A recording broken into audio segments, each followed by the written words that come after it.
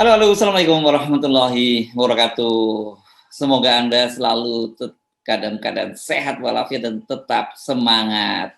Penting ini selalu kita ulang, sehat, semangat itu sekarang modal kita ya dalam menghadapi situasi di mana kehidupan hari-hari semakin sulit ya. Dan itu kalau minjam istilah Pak Jokowi itu bukan hanya problem Indonesia tapi problem dunia.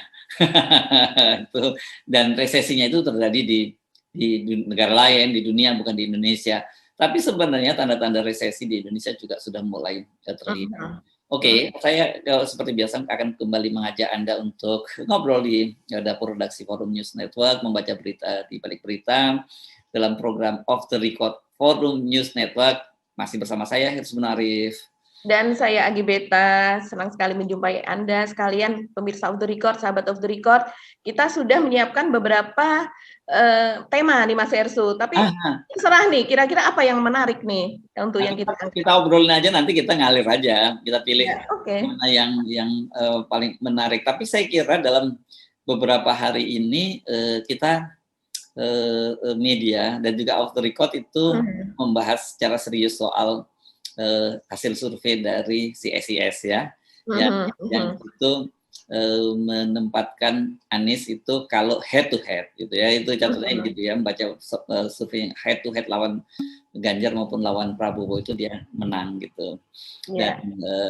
Dan Prabowo kalau lawan siapapun, lawan Ganjar atau lawan Anies ya tetap keok gitu. Itu hasil dari survei itu.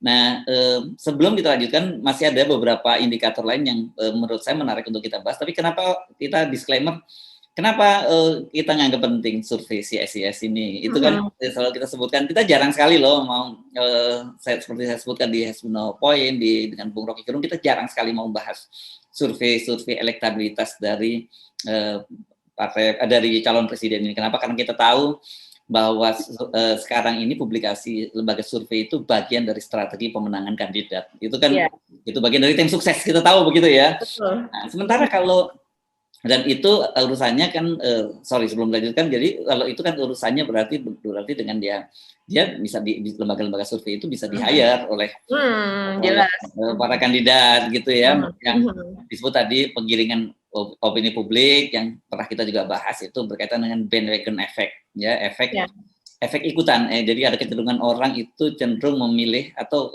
sebenarnya dari marketing ini, teori marketing ya Mbak ya, orang cenderung membeli barang-barang biasanya itu sesuai dengan yang banyak orang beli gitu. Jadi dia ingin bagian dari yang mayoritas itu, dan kemudian ketika ini diadaptasi dalam marketing politik, itu yang tadi itu bagian dari orang akan cenderung juga memilih calon kandidat yang dianggap paling populer dan banyak dipilih orang. Itu sebenarnya teorinya, makanya digelotorin terus gitu ya hasil lembaga survei itu, dan kita nggak mau, FNN tidak mau dia bagian jadi alat dari lembaga survei, terjebak lembaga survei untuk mempublikasikan itu. Tetapi kenapa kemudian kita sekarang membahas yang di CSIS ini? Karena ini agak berbeda. CSIS ini lembaga think tank, ya kan Pak ya, lembaga think tank yang selama ini kita kenal. Mereka ini dulu jadi salah satu lembaga think tank andalannya Orde Baru, zaman Pak Janto ya, di situ banyak pentolannya, Ali Murtopo, Weni Nurdani dan sebagainya, termasuk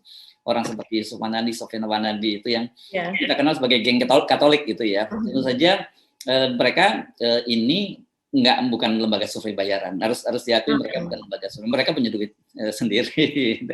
Tapi tetap saja mereka tentu bisa punya agenda sendiri juga, agenda politik sendiri. Nah, tentu, dan itu pasti berlawanan dengan agenda-agenda. Kalau kita lihat track recordnya ke belakang, ya yang mereka ini jelas anti Islam, dengan politik Islam. Itu clear. Itu makanya itu jadi menarik. Kenapa kita jadi bahas gitu ya. Nah, tetapi kan sebenarnya sejak awal kita juga sudah melihat ada tanda-tanda yang berubah, dan ada irisan walaupun sebenarnya mereka adalah think tanknya Katolik, karena tidak semua di sana juga yang berkumpul di sana banyak juga peneliti-penelitinya Muslim juga gitu, dan ada irisannya gitu. Di situ kita pasti kenal nama, kalau kita menyebut CSIS ini kan pasti kita menyebut aktivis senior, dua kakak beradik, Yusuf Wanandi dan Sofyan Wanandi kan gitu. Dan Sofyan Wanandi ini dikenal sebagai orang dekatnya Pak Yusuf Kalla. Ya.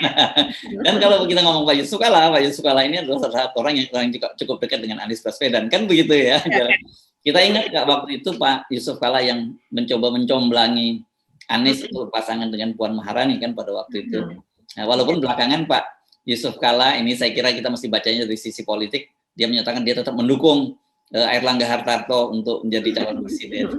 Jadi jangan linier melihatnya itu. Terus ada juga kita kemarin bertanya-tanya kan, ada apa nih Suni Tanuwijaya, ya orang yang dulu kita kenal orang dekatnya dari Ahok, itu udah beberapa bulan yang lalu ya, dan beritanya dia dan dianggap selama ini dia menjadi jembatan antara Ahok dengan para Taipan dan kawan-kawan. Ya, para Taipan itu tiba-tiba dia membelot ke Anies Baswedan dan dia mengundurkan diri dari PSI. Itu kan kita ingat ya pada waktu beberapa bulan lalu diumumkan oleh sekarang apa jabatannya si Grace itu ya, sekarang sekretaris Dewan PSI ya. Dewan Pembina mungkin ya. Sekretaris Dewan Pembina ya, sekretaris Dewan Pembina, karena Ketua Dewan Pembinanya tetap Jeffrey Giovanni ya. Ya, jadi dia menyatakan mundur dari PSI dan kemudian ikut mendukung Anies Baswedan. Kemudian bertanya-tanya apakah ini karena ini kan dia sesama alumni kampusnya Anies Baswedan North Illinois University ya, NU ya. Ini sama-sama alumni sana, atau ini ada bagaimanapun juga para Taipan ini kan dia melihat kalau biasanya kita sebut sebagai follow the power gitu ya, para penguasa ini dia akan mengikuti kekuasaan itu mengalir kemana gitu ya. Bagi mereka itu tidak ada yang ideologis. Buat para Taipan, para pemilik modal ini nggak ada yang ideologis. Buat mereka ya di mana kekuasaan di tangan siapa ya dia akan mengalir ke sana gitu ya. Makanya kemudian di kalangan pengusaha itu kan dikenal istilahnya jangan tempatkan telur dalam satu keranjang. Itu kan Mbak ya. Iya, betul itu Mas Hersu. Jadi kalau yang soal tadi surveyor gitu ya, atau lembaga survei itu ya, mereka memang kan kalau di Indonesia ini mereka adalah sekaligus merangkap sebagai konsultan begitu ya. Jadi dia tidak hanya sekedar mensurvei saja, tapi juga sebagai konsultan dari si kandidat, baik itu cagup, capres, calon bupati ya, cabup begitu dan sebagainya. Dan itu sudah seperti hal yang lazim di sini gitu. Jadi dia sendiri yang memframing, dia sendiri yang membuat schedule gitu apa yang harus dilakukan, dia yang membuat branding begitu terhadap calonnya, dan dia sendiri juga yang melakukan survei. Nah, padahal hasil dari survei itu adalah merupakan bagian dari branding tersebut. Jadi otomatis, dan kita tahu bahwa survei itu bisa dibungkus, bisa nggak kemana-mana, dan hasilnya bisa sesuai dengan tujuan yang kita inginkan,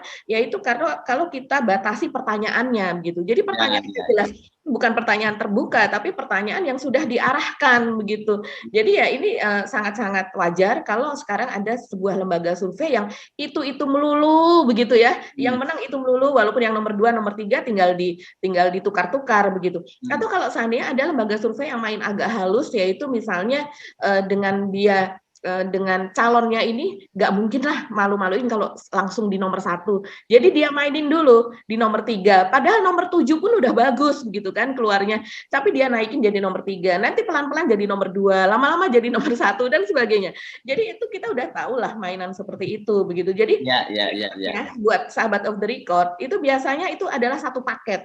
Jadi biasanya adalah misalnya ada calon bupati, calon gubernur gitu, bahkan capres, itu lembaga survei akan menawarkan paketnya tersebut, dan itu harganya sangat-sangat luar biasa begitu. Ya.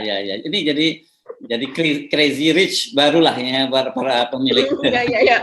Dia setelah itu dia bisa membeli properti, dia bisa membeli gedung, dia bisa memiliki restoran di daerah Sudirman Tamrin dan sebagainya. Tiba-tiba bisa menjadi orang kaya baru lah gitu kalau bisa. Nah, kita bukan nggak ada urusannya bukan ada urusan diri atau tidak, tapi ini sebagai bagian dari proses pendidikan politik, dan kita sebenarnya kan sejak dulu mendorong agar lembaga survei itu mendeklar kalau dia mengumumkan merilis hasil survei dia mesti mendeklar dananya dari mana gitu ya. Ini penting untuk transparansi karena ini bagian dari pendidikan politik untuk publik gitu. Nah, ini yang tapi yang terjadi kan sekarang ini tidak gitu. Dan sebenarnya gampang panduannya Anda untuk melihat kredibilitas sebuah lembaga survei itu. Anda bandingkan saja bagaimana hasil survei dia. Anda ambil contoh lah misalnya Pilkada DKI Jakarta dulu seperti apa, kemudian Pilpres 2014 dan Pilpres 2019 seperti apa. Nanti akan kelihatan, Anda mulai kelihatan ini kok jomplang banget ya hasil survei itu. Nah, tetapi sayangnya kan gitu ya. Saya tidak bisa memaksa para viewer ini untuk kritis. Saya sebenarnya mendorong mestinya media-media itu ketika mempublikasikan hasil publikasi dari lembaga survei, dia harusnya memberikan background juga, track record dari lembaga survei itu harusnya dari bagian dari politik, jangan ditelan habis-habis saja. Dan di Indonesia kelihatannya nggak ada hukuman sama sekali ya ketika lembaga survei ngibul gitu ya, ketahuan bohongnya karena hasil yang dia sampaikan itu. Bahkan ada beberapa, terutama Pilkada DKI Jakarta, Anda bisa buka sendirilah ya nanti hasilnya seperti apa. Pilkada DKI Jakarta itu menjelang pada putaran kedua itu banyak sekali lembaga survei yang melakukan framing gitu ya. Dan terbukti kemudian salah hasilnya. Jadi dan itu sekarang orangnya bisa gagah perkasa lagi muncul di media, di televisi menjelaskan tentang hasil surveinya dan dikutip oleh media di mana-mana gitu. Ya kalau orangnya mungkin dia memang nggak malu, tapi yang saya sayangkan kenapa medianya tidak kritis gitu untuk menanyakan soal itu, mesti dijelaskan gitu. Itu. Ya. Iya betul Mas Ersu. Jadi sesudah Pilkada 2017 lalu di Jakarta itu ada lembaga-lembaga survei, sahabat of the record tuh bisa melihat lagi jejak digitalnya yang kemudian dikenai semacam dikasih warna kuning dan warna merah begitu ya. Jadi ada beberapa kesalahan, yaitu ketika mereka memasukkan hasil survei. Tapi ada juga mereka yang sudah melakukan survei dan tahu hasilnya, tapi karena hasilnya tidak sesuai dengan framing yang mereka buat selama itu, kemudian tidak dipublikasikan. Nah ini tidak salah, ini tidak boleh yang kayak begitu. Dan itu ketahuan karena ketika dia melakukan survei, dia juga sudah ada schedule. Akhirnya pada momen terakhir dia mengatakan bahwa kami tidak mempublikasikan dari hasil survei kami begitu. Nah ini ada apa? Nah akhirnya ketahuan Mas Ersu gitu. Kita tidak sebutkan namanya, tapi bisa dilihat itu jejak. Ada satu dalam sejarahnya yang saya ingat, lembaga survei yang konsisten akhirnya dia membubarkan diri karena dia waktu itu bertaruh kalau sampai kandidat yang dia dukung itu kalah, dia akan membubarkan diri. Saya nama lembaga lupa, tapi nama orangnya karena ini sahabat saya ingat namanya Johan Silalahi. Pada waktu itu dia akan mendukung Pak Yusuf Kalla pada Pilpres waktu itu ya. Pak Yusuf Kalla dia maju, Pak Yusuf Kalla pada waktu sama Pak Wiranto ya kalau tidak salah. Iya. 2009 ya itu ya. Dan ketika kalah lawan Pak SBY ya pada waktu itu, dan dia bubarkan diri dan dia kemudian bubarkan diri. Saya kira ini gentleman gitu ya.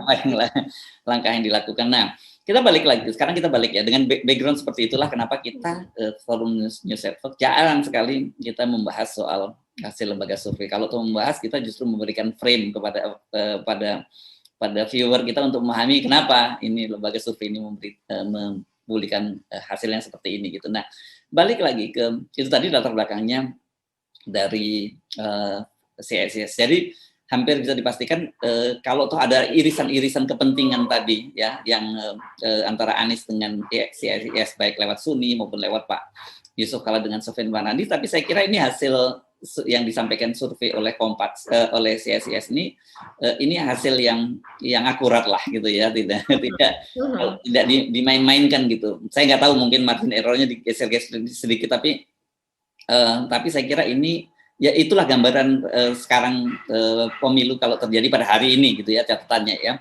Dan di situ kan kita lihat bahwa disebutkan kalau di pernyataan terbuka 14 kandidat, 7 kandidat, bahkan 3 kandidat itu Ganjar Pranowo masih tetap unggul ya. Nah, jadi di 14 7 tetap unggul dan Pak Prabowo di bawahnya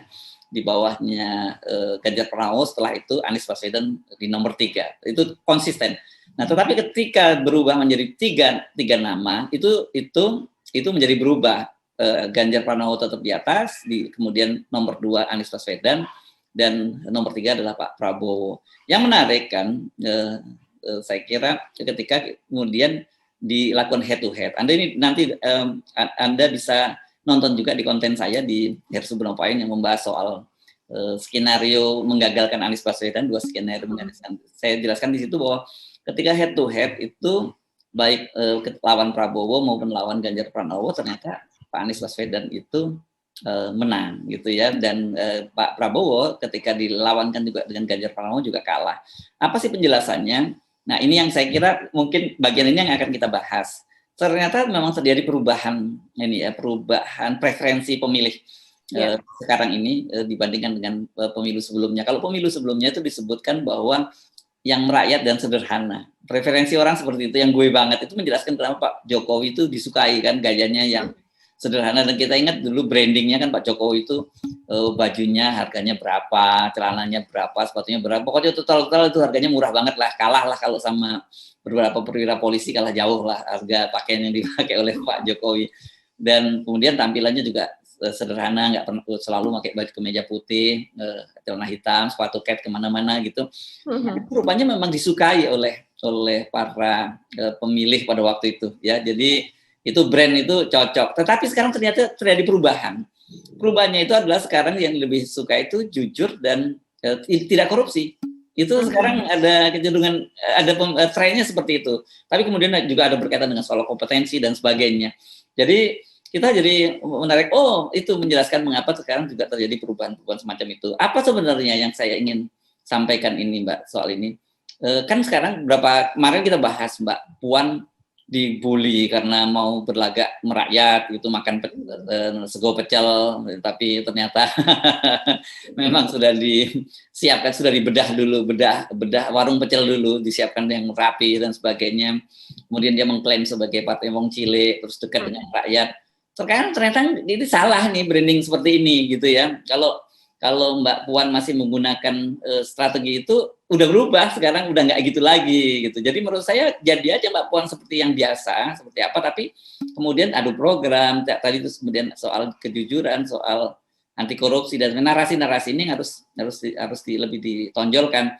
Dan ini pun menurut saya ini kalau kemudian dibedah, ini bisa telak menghantam Ganjar Pranowo ya, karena bagaimanapun Ganjar Pranowo kan pernah disebut terlibat dalam korupsi IKTP yang sampai sekarang masih menggantung sebenarnya kasusnya itu, karena ada pengakuan-pengakuan dari Setia Novanto dan juga sejumlah politisi lain yang waktu itu kita ingat bagaimana katanya Ganjar minta agar bagian jatah dia disamakan dengan ketua komisi. Kan itu ingat waktu itu seperti itu ya, Mbak ya.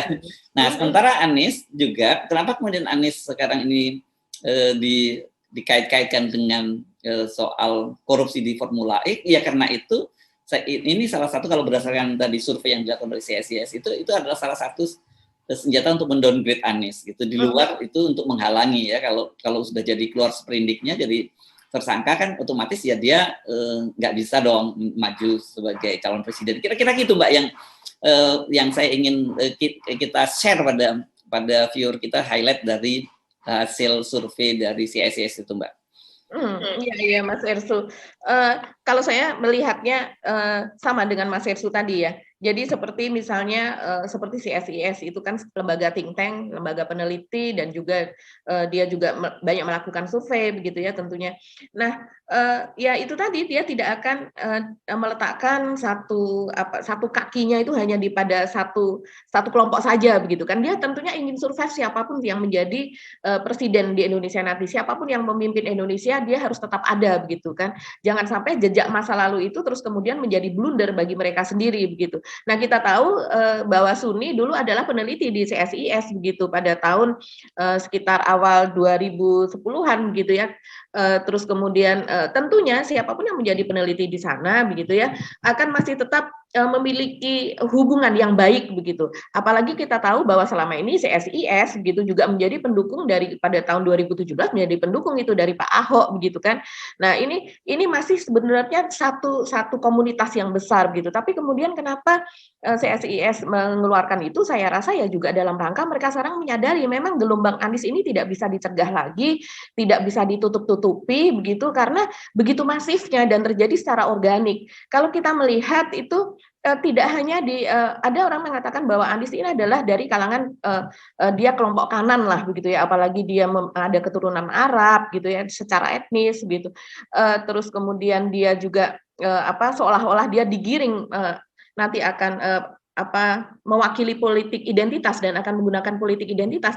Tapi kita jangan lupa bahwa Anies ini adalah juga mantan rektor dari Paramadina, dan kemudian Paramadina itu yang didirikan oleh Nurcholish Madjid ini adalah bentuk representasi dari Islam moderat di Indonesia begitu, di mana kita pernah ramai karena orang yang berlainan keyakinan itu kemudian bisa menikah dengan difasilitasi oleh kelompok Paramadina ini begitu kan, dan itu sempat ramai dari beberapa couple, beberapa pasangan yang berbeda agama itu kemudian mereka bahkan kalau di masyarakat kok mereka bisa menikah di mana gitu, ada orang Paramadina yang menikahkan. Jadi artinya ini Anies sendiri itu tidak secara sebenarnya sebetulnya tidak mewakili kelompok Islam yang radikal, apalagi ya walaupun dia pernah bertemu dengan Habib Rizik begitu, dengan kelompok-kelompok FPI, mungkin dia juga ada diskusi di mana di dalam diskusi itu ada pemikirnya dari kelompok HTI dan sebagainya. Tapi kita tahu bahwa itu adalah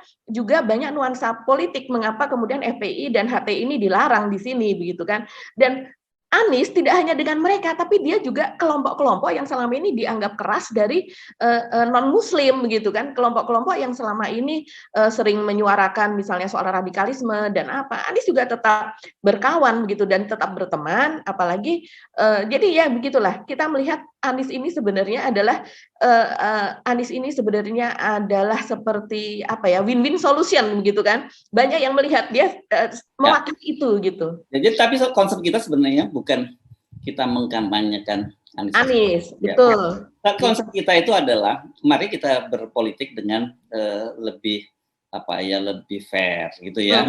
Kenapa kemudian kok ada stigma soal politik identitas dan sebagainya, dan itu selalu distigmakan kepada kelompok Islam, seolah-olah orang Islam yang jadi pemimpin itu nanti dia akan tidak toleran dan sebagainya. Itu kan saya kira yang begini-begini inilah yang membuat kemudian terjadi pembelahan secara politik. Jadi mari kita hindarkan yang seperti itu. Kenapa kita nggak mulai uji para calon presiden ini dengan track record-nya gitu ya, dengan bagaimana track record-nya ketika dia memimpin, kemudian bagaimana kemudian kapasitas dia, intelektualitas dia, bagaimana dengan tantangan ke depan, karena sekarang ini dunia ini sedang terjadi perubahan geopolitik secara global, dan Indonesia sebagai negara yang besar ini kita penting untuk mengembalikan lagi peran Indonesia di masa lalu itu sebagai salah satu big brother gitu ya. Kalau di ASEAN kita big brother dalam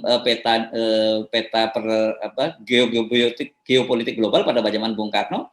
Dia ini adalah salah satu kelompok yang disegani dalam gerakan non-blok begitu ya. Begitu juga pada masa Pak Harto, itu kan juga selalu berperan kita dalam di pertemuan negara-negara OKI pada waktu itu ya, zaman itu. Nah itu Mas Hersu yang dilihat oleh kelompok muda itu yang dikatakan Mas Hersu tadi, itu ada pada sosok Anies ini begitu. Kalau saya melihat sih pergeseran itu terjadi di situ begitu. Jadi sekarang ini kan pengaruh internet dan pengaruh globalisasi ini tidak hanya sekedar pas zaman presiden-presiden sebelum Pak Jokowi hanya globalisasi. Sekarang itu betul-betul hadir di ruang-ruang keluarga begitu kan. Jadi yang namanya anak-anak muda itu begitu bangganya kalau seandainya dia bisa berbahasa Inggris misalnya. Fenomena di Jakarta sajalah misalnya itu ada bahasa anak Jaksel kalau tidak salah. Jadi semacam bahasa yang mereka bercampur-campur begitu. Nah, ini kan mengarah kepada sosok Anies itu tadi begitu. Ini kan banyak dari mereka yang pemilih pemula Mas Hersu. Ada berapa juta pemilih pemula ini, atau mereka 5 tahun atau 3 tahun yang lalu itu menjadi pemilih, dan kemudian yang pemilih pertama dan kemudian akan menjadi pemilih untuk kedua kalinya, itu mengalami pergeseran pendapat, mengalami pergeseran pandangan atau visi begitu mengenai sebenarnya dunia ini menuju kemana, gitu harusnya dipimpin oleh siapa, mereka yang mengetahui ini akan kemana. Dan kemudian pertemuan-pertemuan misalnya siapapun lah itu yang menjadi kandidat bisa saja itu Pak Ganjar Pranowo, tapi selama ini Pak Ganjar misalnya atau juga AHY atau apa memang tidak terlihat intens ya. Mungkin Pak Anies karena dia sebagai gubernur, jadi mereka memang memiliki jalannya begitu. Nah, itu Mas Herssu, itu yang kelompok muda kemudian melihat ini ada pada sosok yang satu ini gitu. Ya, walaupun kita sebenarnya dorong ya pilihan-pilihannya itu harusnya menjadi lebih banyak ya, lebih terbuka, jangan berputar-putar hanya Anies, Ganjar, apa dan sebagainya gitu-gitu. Makanya FNN juga concern untuk mendorong 0% itu. Kenapa? Karena dengan pola sekarang yang 20% itu menghalangi itu calon-calon yang baik, punya potensi gitu, tapi dia terhalang tidak punya tiket kan gitu. Nah, kebetulan memang Anies karena dia pejabat publik, jadi dia memang dalam spotlight gitu, dan orang dengan mudah menguji track record-nya dan sebagainya. Tapi sebenarnya kalau kita mulai menyadari, kita mesti mulai pada satu titik yang sama. Loh, kita ini bangsa besar gitu ya. Kita juga ingin bahwa kita punya peran yang besar selain maju secara di dalam negeri, tapi juga kita harus dalam percaturan politik global kita kembali ke seperti dulu gitu ya. Para founding parent kita jauh masa lebih hebat dari kita gitu. Nah, saya kira ini yang menjelaskan anak-anak sekarang bilang bahwa nggak cukup kalau cuma sederhana dan merakyat aja gitu ya. Karena jadi sekarang kan orang seperti Pak Jokowi, ya mohon maaf, ini orang yang inward looking gitu, seperti kata dalam tempurung hidupnya kan gitu, benar-benar terbatas level pergaulan internasional. Bagaimana kita sering menyaksikan Pak Jokowi sangat kikuk gitu dalam forum-forum internasional, di mana kalau dia berkomunikasi dengan dengan kepala negara lain, padahal seharusnya tidak perlu terjadi semacam itu. Pak Jokowi melihat laptop gitu ya, melihat laptop, dan kemudian saya bisa membayangkan bagaimana sih tanya jawab menggunakan laptop. Kan orang bisa menjawab tidak sesuai dengan yang dirancang laptop. Ini kan sama dengan kayak wartawan, kayak presenter, Mbak. Sebagai orang yang lama kita di televisi dulu, kalau presenter yang memang mohon maaf kurang berisi gitu, dan kemudian ini dia cuma baca guideline aja yang kita tanya ini selesai itu. Padahal harusnya kan ketika wawancara dengan orang lain itu kita berkembang, pertanyaan dijawab, dari jawaban itu kemudian dia bisa mengembangkan pertanyaan lagi. Nah, kalau bahasanya saja nggak ngerti, bagaimana kita mengembangkan itu gitu ya. Nah, itu dia Mas Herssu. Sekarang anak muda sekarang Mas Herssu itu terbiasa dengan FGD, yaitu forum group discussion begitu ya. Bahkan dalam perekrutan mereka yang baru graduate begitu ya, baru saja lulus begitu, terus kemudian masuk ke perusahaan-perusahaan, baik itu BUMN, baik itu perusahaan-perusahaan asing dan sebagainya, itu FGD menjadi faktor yang sangat menentukan. Jadi biasanya mereka itu akan dites ya oleh headhunter atau semacam konsultan gitu ya, di awalnya tidak langsung oleh perusahaan tersebut. Mereka biasanya akan by Zoom atau by aplikasi yang sudah mereka sediakan, dan kemudian mereka akan langsung diwawancara. Sesudah itu CV-nya lolos. Nah, misalnya kalau saya yang perhatikan, itu satu perusahaan saja di sebuah job fair itu bisa menerima ribuan. Taruhlah itu 6.000. Dari 6.000 itu kemudian dilihat dari aplikasi by CV itu tadi bentuknya, apakah kelihatan dari situ ada psikolog yang bisa menilai anak ini karakternya seperti apa. Nah, karakter yang dibutuhkan itu yang kemudian akan diambil. Dan jadi misalnya hanya sekitar 1.000 atau 2.000 saja yang diambil, jadi sisanya itu sudah langsung terbuang. Nah, dari yang itu sudah langsung nanti akan ada wawancara by internet begitu, dan kemudian yang berikutnya dia juga harus wawancara tertulis dan sebagainya ya, dan kemudian dia harus membuat rekaman. Sekarang sudah sangat biasa mereka membuat menceritakan tentang sesuatu, dikasih masalah dan sebagainya, kemudian mereka menulis writing dan sebagainya, dan sesudah itu mereka harus melakukan FGD off air. Jadi FGD ini sendiri itu bisa tidak hanya berlangsung sekali saja. Jadi misalnya tinggal 100, diambil 50, diambil lagi 30, diambil lagi hanya sekitar 15. Itu yang melamar bisa ribuan Mas Herssu, padahal yang diambil hanya 15. Dan di FGD itu seringkali mereka selain namanya FGD ya, jadi mereka itu harus berdiskusi, mereka harus berdebat di situ, sudah dikasih tema di mana mereka harus mempertahankan tema itu masing-masing, dan kemudian akan dilihat inisiatif siapa yang berinisiatif, dan mereka harus dalam bahasa Inggris. itu luar biasa dan itu menjadi kebanggaan dari anak-anak tersebut. Kita lihat kalau di YouTube yang namanya akun-akun yang memperlihatkan bagaimana kita harus berperan, anak-anak muda ini harus take inisiatif gitu ya di dalam sebuah FGD, itu views-nya besar sekali. Karena itu memang itu kecenderungannya seperti itu begitu. Bahkan ketika mereka melamar untuk pekerjaan di luar negeri pun juga itu akan terjadi begitu. Nah, ini tentu butuh sosok pemimpin yang mungkin, mohon maaf, dia tidak seperti Pak Jokowi begitu, yang kata Mas Hersu tadi kikuk, kemudian untuk menyatakan visi dan misinya sendiri saja dia terlihat terbata-bata begitu, apalagi di forum internasional yang harus dibantu dengan gadget dan sebagainya. Juga pemahamannya tentang geopolitik atau apa harus selalu dibisiki begitu ya. Kalau kita melihat kan seperti itu, ketika diwawancara ada orang yang membisiki di belakang, di wawancara membisiki, atau yang terakhir ketika dia hendak diwawancara kemudian mengalihkan itu kepada Ibu Risma, yaitu mengenai BLT dan sebagainya. Itu kan artinya memang kurang menguasai. Jadi yang dikuasai Pak Jokowi selama ini adalah bagaimana membuat citra. Nah, kalau soal citra itu sangat menguasai. Sederhana dan dekat dengan rakyat itu ya. Kemarin saya nggak tahu di mana ya, di Maluku atau di mana Pak Jokowi malam-malam. Di Bau-Bau, ya. Di Bau-Bau ya, Sulawesi Tenggara ya, itu Sulawesi Tenggara itu kalau nggak salah ya. Itu dia datang malam-malam, itu nggak menyelesaikan masalah. Menyelesaikan masalah itu kan gitu. Itu benar-benar itu totally pencitraan aja yang manfaatnya nggak akan menurunkan harga beras deh gitu. Tapi jangan menurunkan harga beras, nanti petaninya marah gitu. Tapi pokoknya jangan membuat harga kebutuhan pokok terjangkau. Nggak ada hubungannya itu yang begitu-begitu. Itu udah kuno tuh pencitraan semacam itu. Tapi kan timnya ini kan merasa cukup yang diberikan itu misalnya 20 orang. Kalau 20 orang sudah banyak gitu ya. Kalau misalnya seorang presiden menyusuri malam-malam 20 rumah begitu kan. Taruhlah 20 rumah atau 30 rumah. Tapi kan itu bisa dikemas menjadi sebuah tontonan yang disebarkan dan dilihat oleh jutaan. Mata manusia. Nah, itu yang disasar sebetulnya kan itu. Jadi branding bahwa betapa beliau ini memang sangat peduli, malam-malam pun dia tidak tidur.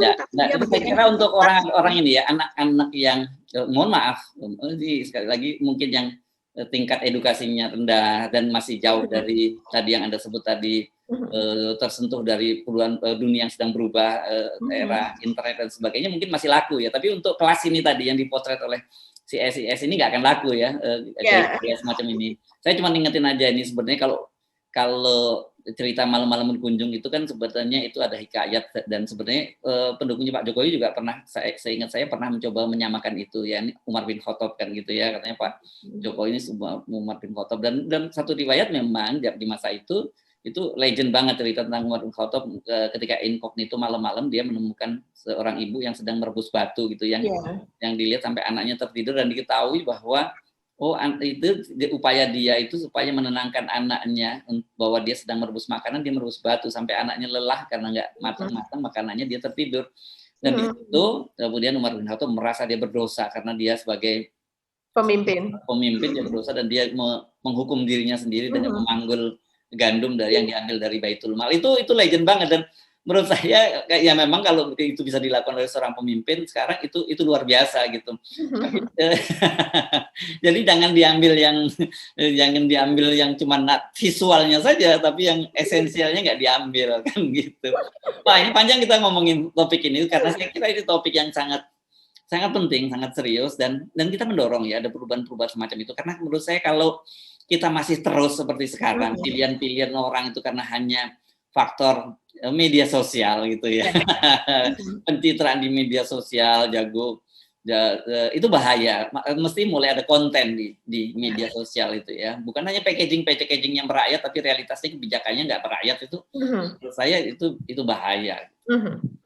Iya betul Mas Hersu, dan ini rakyat sudah mulai cerdas sih kalau saya lihat. Kita bisa melihat juga siapakah tim hore dari misalnya taruhlah yang terakhir ini ya, antara Najwa Shihab dengan Nikita Mirzani dan si yang Bella itu, yang istri dari perwira polisi. Dan kemudian kemarin terjadi lagi Mas Hersu, ini masih menghangat, jadi belum selesai. Dan kemudian bagaimana netizen, jadi si Nana atau Najwa ini tidak perlu menjawab, tapi yang menjawab adalah publik. Jadi adalah warga warga atau penduduk dunia maya. Jadi penduduknya Instagram, penduduknya Twitterland gitu kan, mereka yang justru mengeroyok dan menjawab. Dan dari situ kita bisa melihat Najwa ini adalah tim hore dari siapa gitu ya. Tentu bukan tim hore dari yang kita sebutkan tadi, ada Ganjar, ada Anies, tapi adalah tim hore dari sesuatu yang Indonesia di masa depan yang berintegritas, yang jujur, yang kemudian berakal sehat, yang kemudian anti korupsi. Sementara yang satunya itu adalah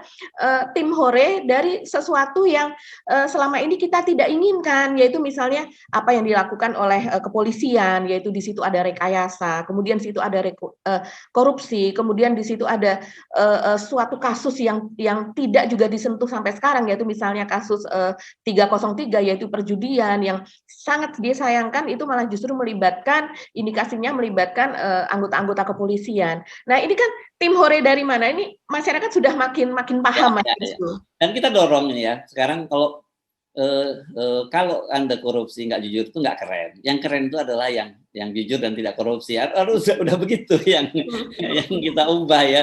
Bukan yang keren itu yang pakai baju-baju branded mewah tapi tidak sesuai dengan cara profil dia sebagai seorang pegawai negeri dengan gaya hidupnya, itu nggak keren gitu ya. Jangan dianggap kemudian Anda walaupun pakai cincin miliaran, baju harga puluhan juta, tas puluhan juta, kalau Anda itu hasilnya dari korupsi nggak keren.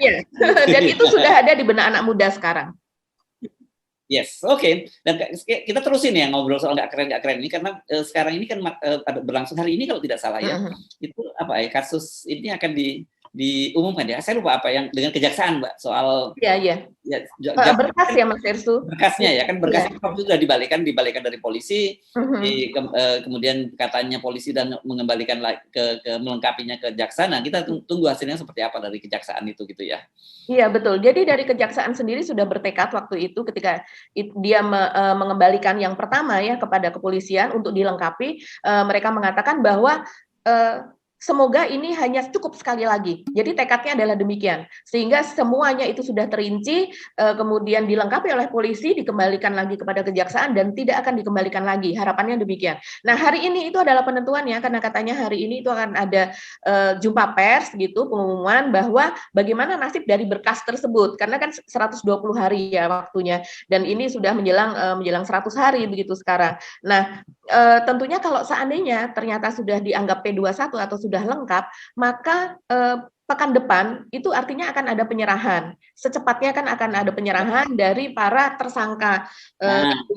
Para tersangka, yaitu dalam hal ini adalah 5 orang ya, keluarga suami istri Pak Ferdi Sambo beserta para ajudannya tersebut, juga ada Kuat gitu, dan kemudian berikut dengan barang buktinya gitu. Nah, ini menjadi menarik Mas Hersu karena memang ini yang dinanti-nantikan. Dan selain itu orang juga jadi bertanya, bagaimana posisi dengan Ibu PC, Ibu Putri Sambo tersebut, Putri Chandrawati? Karena selama ini kan dia ada di sarangnya sendiri begitu, ada di istananya sendiri, dan dia tidak termasuk yang ditahan. Nah, apakah nanti seketika itu diserahkan, maka kebijakannya tidak ada lagi berada di kepolisian, tapi berdasarkan kejaksaan. Jadi apakah penyidik kejaksaan nanti, apakah dia akan masuk ke dalam tahanan kejaksaan atau apa? Tentunya kalau segera itu kan akan ada persidangan. Akan menjadi lucu kalau seandainya dia disidang, habis disidang pulang lagi ke rumah.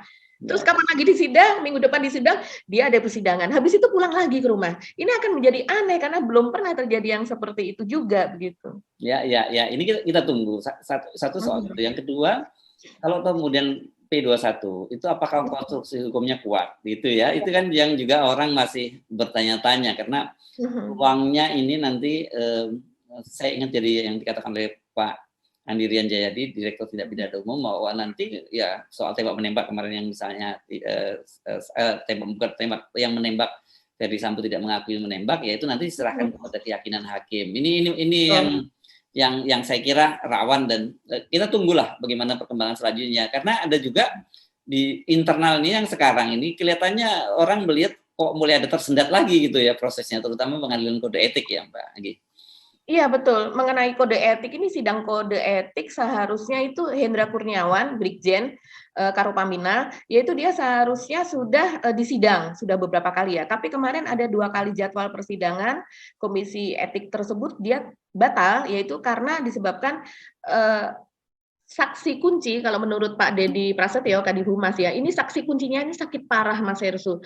Jadi dan sekarang ini dalam posisi selesai dioperasi tapi perlu pemulihan yang panjang. Tidak disebutkan sakit parahnya itu apa sehingga kita pun bisa kalau misalnya suatu penyakit gitu apakah separah itu atau tidak gitu. Jadi kita bisa ikut memprediksi begitu ya apakah betul demikian gitu sehingga memang sempat timbul dugaan-dugaan banyak ya Mas Hersu banyak kalangan wah jangan-jangan begitu ya karena waktu itu kan juga pernah Pak Mahfud MD dan juga para pengamat begitu yang mengatakan supaya si Baradae ini betul-betul dijaga karena dia sebagai whistleblower atau dia sebagai justice kolaborator supaya soal AC-nya saja itu harus selalu diperhatikan supaya jangan sampai ada racun dimasukkan lewat situ, makanannya harus betul-betul dijaga begitu kan. Nah, ini dalam posisi ini adalah sebagai saksi kunci ya, AR ya, begitu.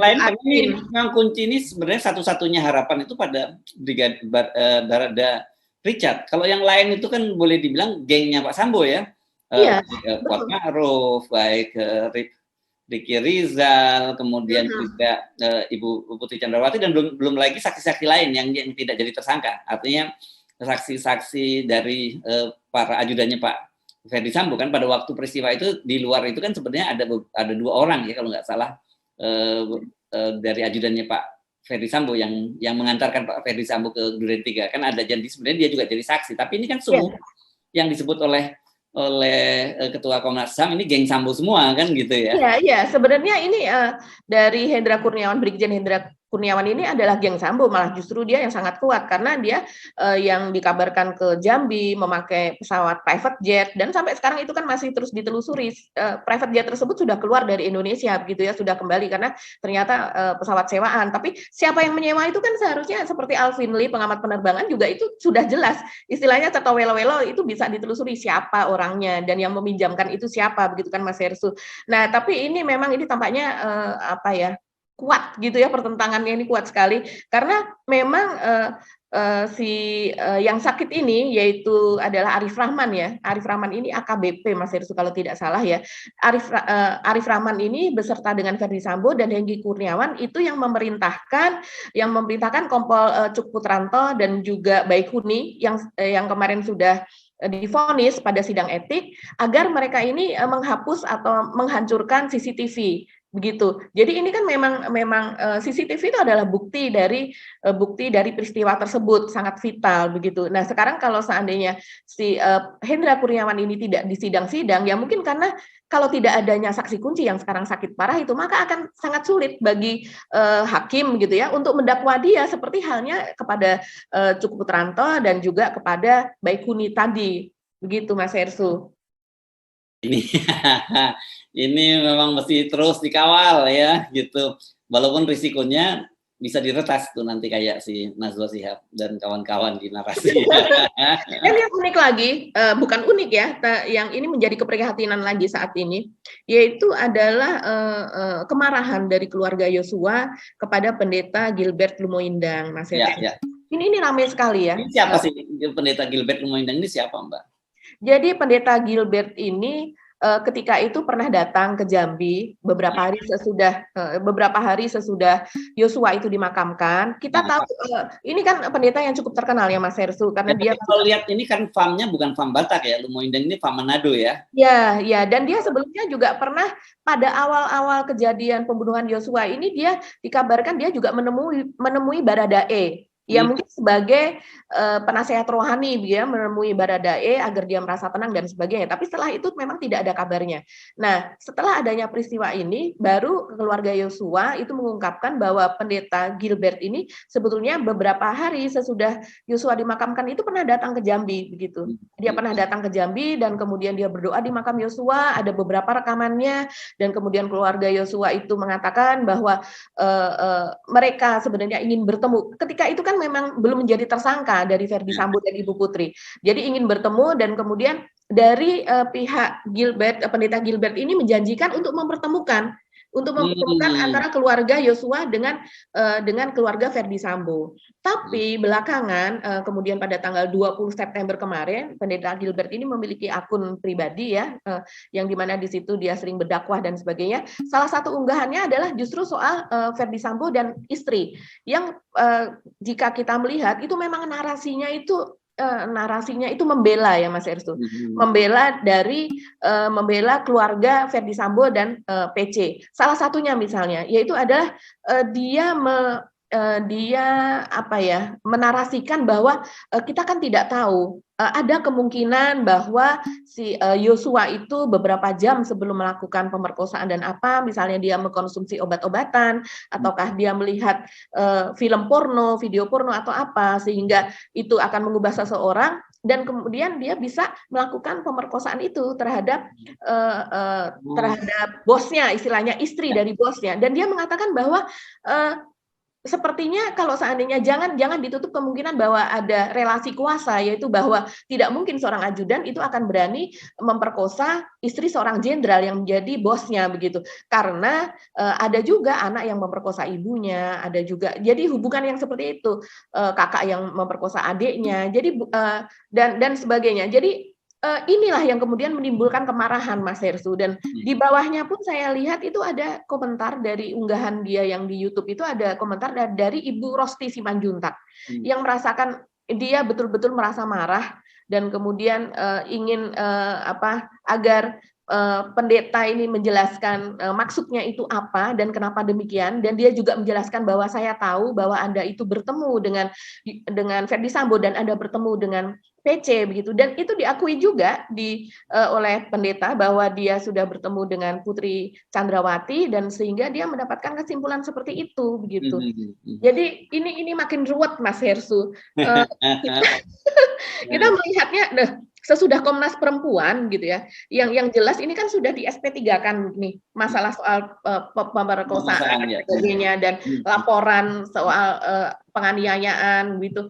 Nah, tapi kemudian dihidupkan kembali begitu kan. Dan itulah yang menyebabkan kemudian Putri Chandrawati itu tidak juga ditahan sampai sekarang. Dan sekarang kemudian ada narasi lagi ini orang jadi curiga begitu. Ini apalagi yang dilakukan oleh kelompok Verdi Sambo. Ya, orang boleh saja ya menjadi curiga karena seperti misalnya pendeta juga dia merasa bisa saja terjadi sesuatu seperti tadi mengatakan bahwa Yosua bisa saja dia melihat film porno lalu melakukan hal itu.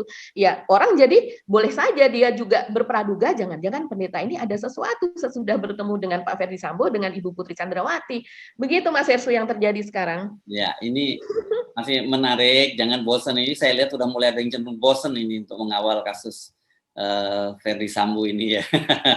Ya. Mulai lelah juga. Ya, pemirsa juga bisa melihat kanal YouTube-nya dari Ibu Irma Huta Barat ya. Di situ kan di situ ada kemarahan dari Pak Samuel Huta Barat dan itu disampaikan sesudah adanya unggahan dari Bapak Gilbert Lumoindong. Yes. Oke, Mbak Agi, ini udah cukup panjang ya kita ngomongin dua topik. Saya kira kita dua topik itu cukup ya, kita nggak usah ngomongin lagi soal kompor listrik sebagainya. Padahal tadi saya mau ngomongin soal LGBT yang ada di Palangkaraya, Mas Hersu. Kita ya, itu saya kira informasi saja ya di Palangkaraya itu boleh kita sampaikan, memang lagi heboh di Palangkaraya karena ada digerebek itu satu kafe yang katanya itu tempat mangkaknya para LGBT dan gay, lesbian gitu ya. Jadi sebenarnya nggak digerebek Mas Hersu, tapi diungkap. Oh, diungkap, sorry ya. Oh, ditayangkan. Betul. Jadi dia direkam dan kemudian ditayangkan dan sekarang lagi viral sekali walaupun hanya beberapa belas detik begitu ya. Dan karena kelompok ini ingin mengadakan sebuah pertemuan di sebuah hotel di Palangkaraya begitu, dan kemudian mereka ingin agar supaya kelompok minoritas ini diakui. Nah, tujuannya adalah itu. Dan ketika ini tidak dapat terjadi, yaitu tanggal 26-27 ini gagal, tidak bisa karena banyak tentangan, ini akan dipindahkan ke Kabupaten Barito Selatan, Barsel, begitu. Dan kemudian Forkopimdanya dengan bupatinya itu sekarang sudah rapat dan kemudian menolak itu. Nah, ini ini akhirnya apa ya? Ya itulah yang terjadi Mas Hersu, tidak hanya di Jakarta. Ya, sekarang udah sampai ke daerah-daerah. Ini saya kira orang tua mesti waspada ya dan seperti ini. Kalau anak-anaknya, sekarang jangan dianggap aman dia kalau pergi. Kalau dulu kan kita khawatir kalau pergi perempuan sama laki-laki gitu ya, kita khawatir, waduh ini udah malam anak-anak laki perempuan pergi bareng nih bahaya. Sekarang ternyata anak laki-laki pergi sama anak laki-laki atau anak perempuan sama perempuan juga bisa berbahaya juga ini ya. Hati-hati, waspada ya soal ini Mbak ya. Udah sampai ke kota, ini kan relatif bagaimanapun juga dengan Palangkaraya ini ya lumayan jauh lah dari ibu kota gitu ya. Kecuali nanti kalau ibu kotanya udah jadi pindah lebih dekat. Tapi pengaruh dari LGBT, gay dan lesbian ini juga sudah sampai di sana juga gitu ya. Waspada ya Mbak Agi, ini orang tua sekali lagi mesti perhatikan pergaulan dari anak-anak kita. Bukan kita mencurigai anak-anak kita gitu, tetapi kadang-kadang pengaruh pergaulan itu bisa jauh lebih anak-anak yang udah kita siapkan pun kadang-kadang merasa kalau dia gaul dan dia merasa oh nggak gaul gitu, dia pengaruh gitu ya. Oke. Ya Mbak Agi ya, kita masih pamit nih ya Mbak Agi. Ya, sudah panjang sekali. Ya.